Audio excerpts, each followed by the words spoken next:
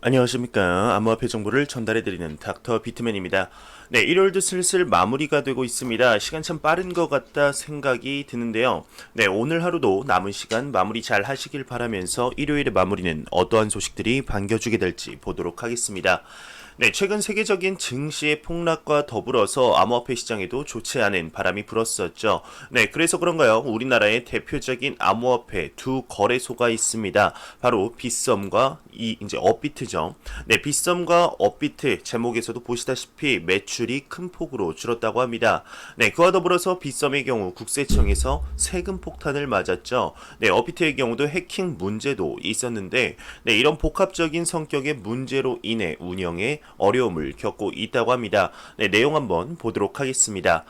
네, 빗썸과 업비트는 불황에 매출이 70% 내려앉고 세금과 해킹으로 자산이 수백억 줄었다고 합니다. 네, 지난 2년간 이어진 암호화폐 업계의 지독한 불황으로 국내 최대 암호화폐 거래소죠. 빗썸과 업비트의 지난해 매출이 각각 60에서 70% 하락한 것으로 나타났습니다.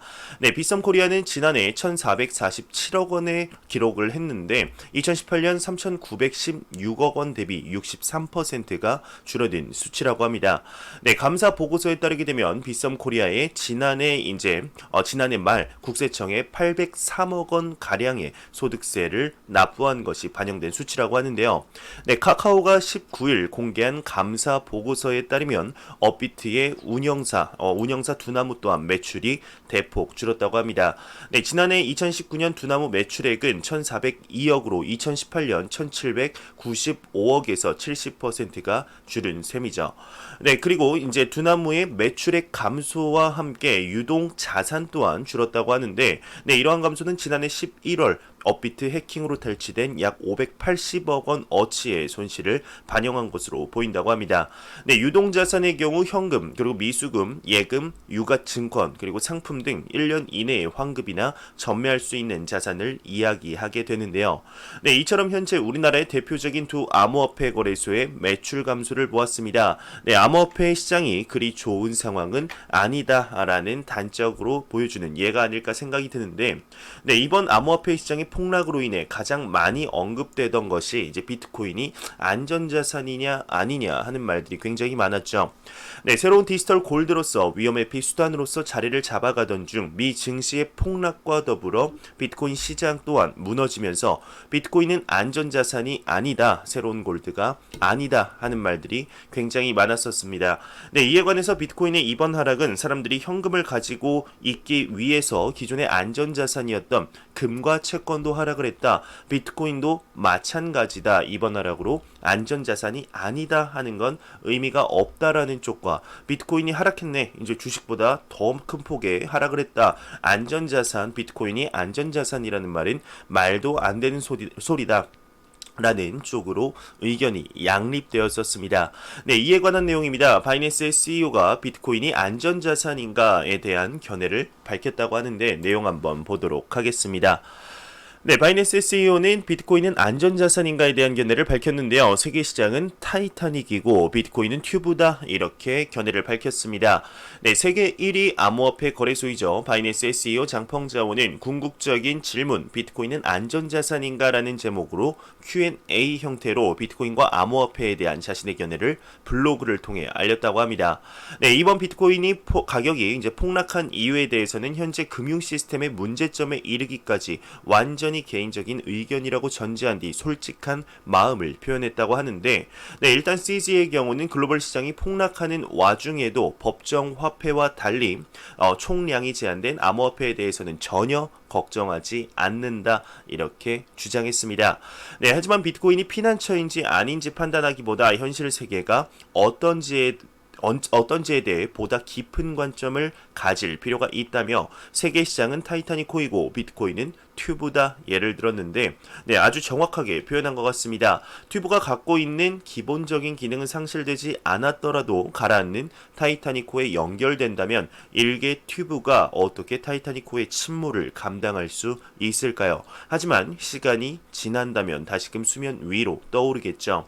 네, 비트코인의 이제 가격의 하락 이후로 우선 자유 자유시장에 거래되는 자산이라는 점과 그리고 많은 다른 경제적 사정을 안고 있는 시장 참여자에 의해 거래가 성립된다는 사실을 지적을 했는데 네, 이러한 경우 시장의 크기가 중요한데요. 암호화폐 시장의 1000배나 큰 주식 그리고 법정 통화 시장이 폭락을 하게 되면 암호화폐 시장 시가총액의 몇 배나 되는 가치가 없어지게 된다 언급을 하고 있습니다. 네, 변화가 현실이 되는 시간 차이라는 시간 차이가 열쇠라는 부제를 보게 되면인 미 연방준비제도가 이른바 돈을 발행하고 있지만 비트코인의 가격이 오르지 않는 것은 시장의 비효율성, 즉 변화가 경제에 파급하는 속도가 느리기 때문이라고 CG는 언급하고 있습니다. 네, 정부의 정책 발표가 실제로 현실화되기까지 걸리는 시간이나 사람들이 투자 행동을 일으키는데 걸리는 시간 등을 구체적인 예를 들어 설명을 하면서 그래서 많은 기회도 존재한다. 이렇게 이야기하고 있는데요.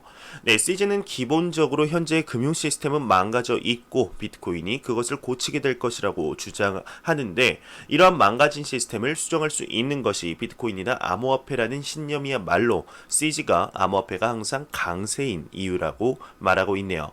네, 그러면서 마지막으로는 이런 말을 남겼습니다. 이제 long Bitcoin, short the bankers, 즉 비트코인의 앞날은 밝으며 은행가의 미래는 밝지 않다라는 말을 끝으로 내용이 마무리가 되고 있습니다. 네, 현재의 비트코인 상황 정말 좋지 못한 상황이지만 이것은 암호화폐뿐만 아니라 모든 시장 상황이 현재 최악을 맞이하고 있죠. 네, 회복하려면 어느 정도 시간이 필요할 텐데 마지막 은행가의 미래는 밝지 않다라는 이야기는 현 시대의 사람들은 은행이 필요한 것이 아니라 은행의 시스템이 필요하다라는 뜻으로 받아들여지네요. 네, 최근 은행의 역할을 하려는 기업들이 굉장히 많이 늘고 있습니다. 지금 예금 이자, 적금 이자는 기업 더 크게 하며 대출 또한 이제 가능한 지경인데 네, 제 영상을 보신 분들이라면 아시겠지만 저의 경우는 암호화폐 적금이라고 할 수 있는 스테이킹 서비스를 현재 적극적으로 이용 중입니다.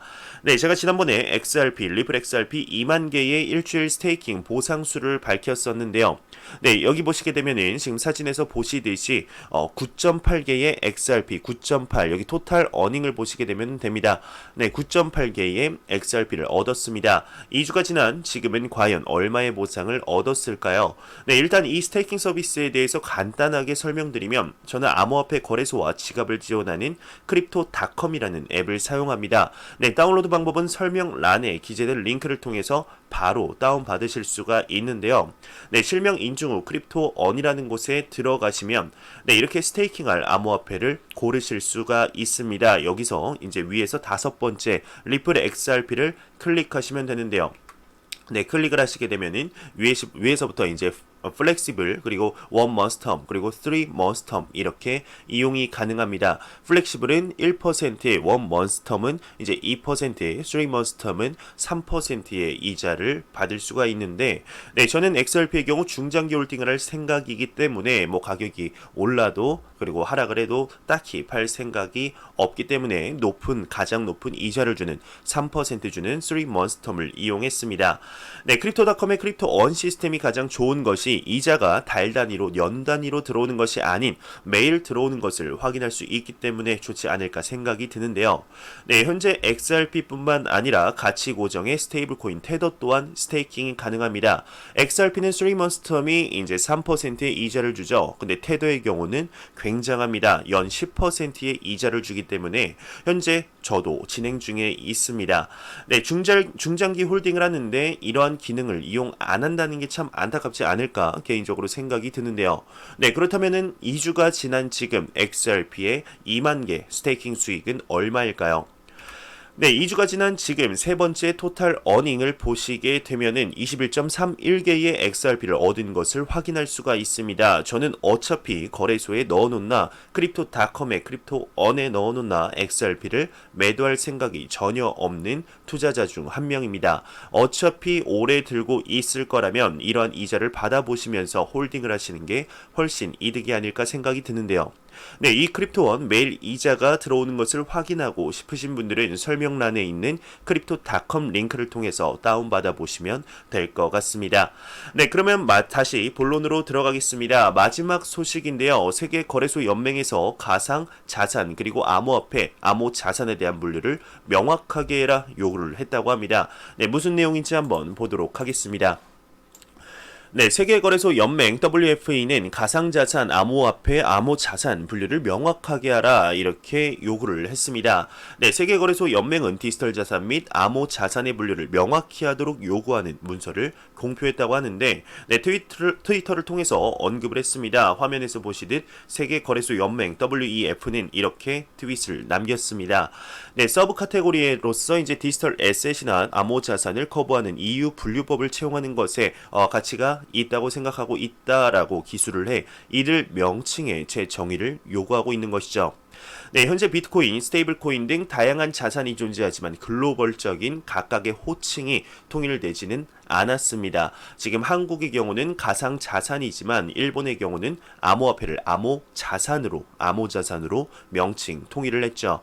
네, 암호자산의 분류를 실시하는 것을 요구하는 한편 룰 정비의 책정에 있어서 국제적으로 적용이 가능하고 유연성을 갖춘 규제 만들기가 중요할 텐데요. 네, 기술적 진보 변화가 심한 암호화폐 시장에서 현재 많은 자산이 규제의 틀에서 벗어나는 가운데 WFE는 그러한 자산의 대처도 가능한 정의를 내리는 것이 중요하다 이야기를 했다고 합니다. 네, 현재 이 암호화폐를 암호화폐로 할 것이냐, 가상자산으로 할 것이냐, 디지털 자산으로 할 것이냐 참 말이 많은 상태인데 세계거래소 연맹의 말대로 이러한 명칭의 통일이 제도권으로의 진입의 첫 발판이 충분히 될 수 있을 것 같습니다. 네, 그리고 이름을 어떻게 하느냐에 따라서 어감에서 오는 느낌 또한 굉장히 중요한 요소로 작용할 텐데 네, 후에 명칭이 통일이 되었을 때 어떠한 명칭으로 불러지게 될지 한번 지켜보도록 하겠습니다. 네, 제가 준비한 소식은 여기까지입니다. 마지막으로 네, 코인마켓캡에서 가격 보고 마무리하도록 하겠습니다. 코인마켓캡에서 메이저 탑10 코인들 전반적으로 한번 살펴보도록 하겠습니다. 네, 시가총액 1위의 비트코인 같은 경우는 0.5% 상승하며 777만원대 행운의 777이죠. 네, 그리고 시가총액 2위의 이더리움의 경우 1.07% 상승하며 16만 6천원대, 리플 XRP가 1.46% 상승하며 198원대를 보여주고 있습니다.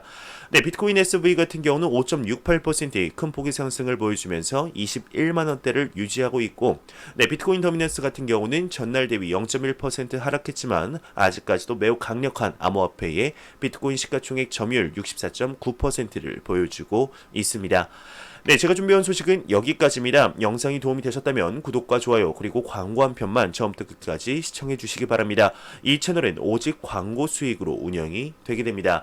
항상 영상 시청해 주시는 시청자분들, 구독자분들 감사합니다. 저는 다음 영상으로 찾아뵙도록 하겠습니다. 지금까지 닥터 비트맨이었습니다. 감사합니다.